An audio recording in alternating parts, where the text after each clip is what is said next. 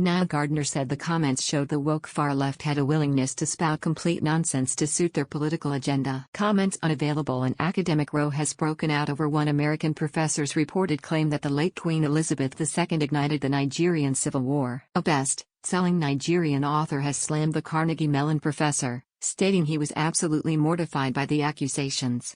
Uju Anya, who previously courted controversy for saying she wished the Queen an excruciating death, is said to have made the remarks on a podcast. According to the Daily Mail, the U.S. researcher told the This Week in White Supremacy podcast, this was a ruler. The very crown she had on her head signified the fact that she's a monarch was made from plunder. Diamonds. Blood diamonds. The throne that she was sitting on is a throne of blood. So you cannot say that she's just this little old lady or this figurehead that really had nothing to do with anything, and it was just the British government without relating it directly to her because she was directly benefiting. Her very position as a monarch, the palace she lived in, were all paid for by our blood. Reno Omokri, an author and influencer, described the accusations as hideous and historically inaccurate. Nile Gardiner commented, "One of the most striking aspects of the woke far left is their complete ignorance of history and their willingness to spout complete nonsense to suit their political agenda."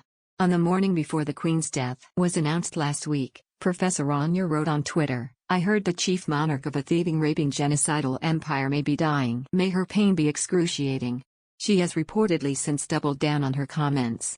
In an op-ed for local outlet This Day, Mr. Omokri said that he was not particularly moved by the Queen's death and was rather indifferent about their monarch. However, he was absolutely mortified by the hideous and historically inaccurate things that were said about the Queen and her family by a Nigerian woman living in America, whose name I will not dignify by mentioning.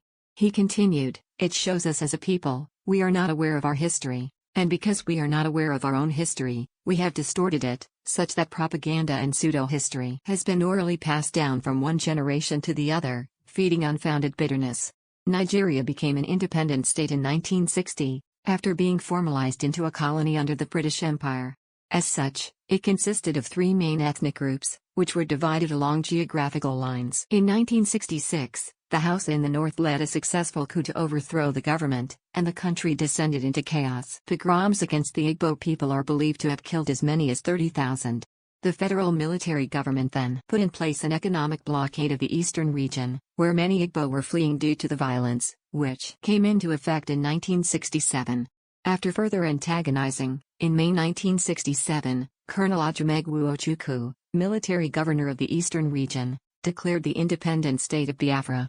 A bloody and bitter war ensued for several years, before finally ending in January 1970 with the signing of a renunciation of secession. Mr. Omokri wrote, "Please let us stop pretending as if the late Queen Elizabeth II came to Nigeria and ignited a war. The Nigerian Civil War was ignited by a series of unfortunate events that began with the cold-blooded murder of 22 people from the northern, western, and mid-western regions by people of mostly eastern region origin, which led to a counter-coup by northern Nigerian military officers on July 29, 1966, and the unfortunate pogrom of 1966-67. The truth of the matter is that if the January 15, 1966 coup had never happened, it is most unlikely that the Nigerian Civil War would have occurred. The perpetrators of that coup opened a Pandora's box that the rest of Nigeria is still suffering from today." He added, "It is only those who are ignorant about how the British government works that will blame the late Queen for the actions of the British government.